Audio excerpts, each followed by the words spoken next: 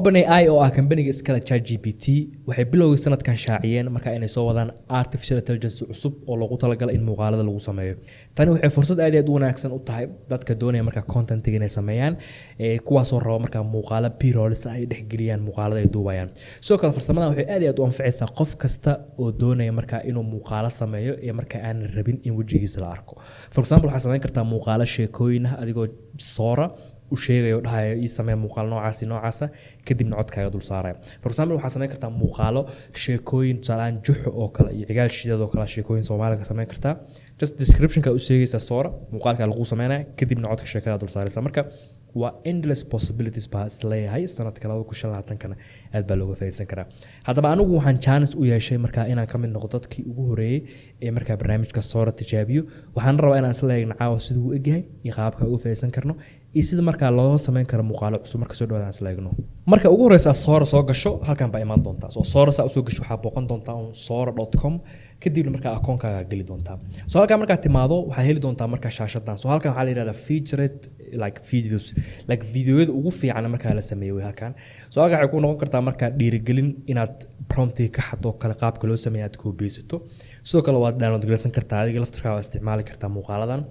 Marka anigu waxaan doonayaa marka muuqaal inaga aan leenahay inaan ku tijaabino oo aan sameeyno. Marka hadda prompt baa ii diyaarsan oo af English ku qoran.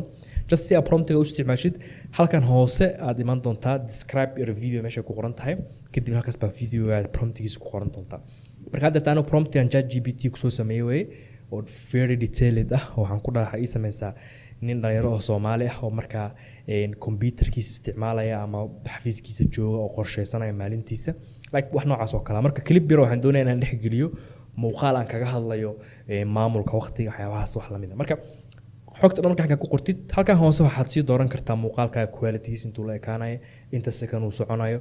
Marka depends waxyaabaha xagana ku qortidna muuqaalkaaga inta waqti ay ku qaadan karto soora inuu ku sameeyo marka kor bay u kacaysaa. Laakiin marka daad video-ga 30 second ka dhig waqti dheer bay qaadan in lagu sameeyo. Marka waxaan doonayaa inta ugu fudud si aan idin tuso inaan ku sameeyno. Marka hadda promptiga waan ku qoray kaliya waxaan taaban doonaa falaarta sare ee laga wado create video. marka saad arkaysaan soo raba inoo sameeyay muuqaalkeena muuqaalkan waxaan ugu talagalay oo marka hore aan u sheegay inuu ii sameeyo qof dhalinyaro ah oo isticmaalaya notebook-giisa kaas oo markaa qorsheysanaya maalintiisa. Marka hadda clipkan waxa uu isticmaali karaa haddaan sameynaa muuqaal ku saabsan time management iyo kale rag waa dhexgelin karaya. Marka waa very fantastic. waxaan isleeyahay content creation-ka wax badan buu ka bedeli doonaa sanadaha soo socda AI-gan.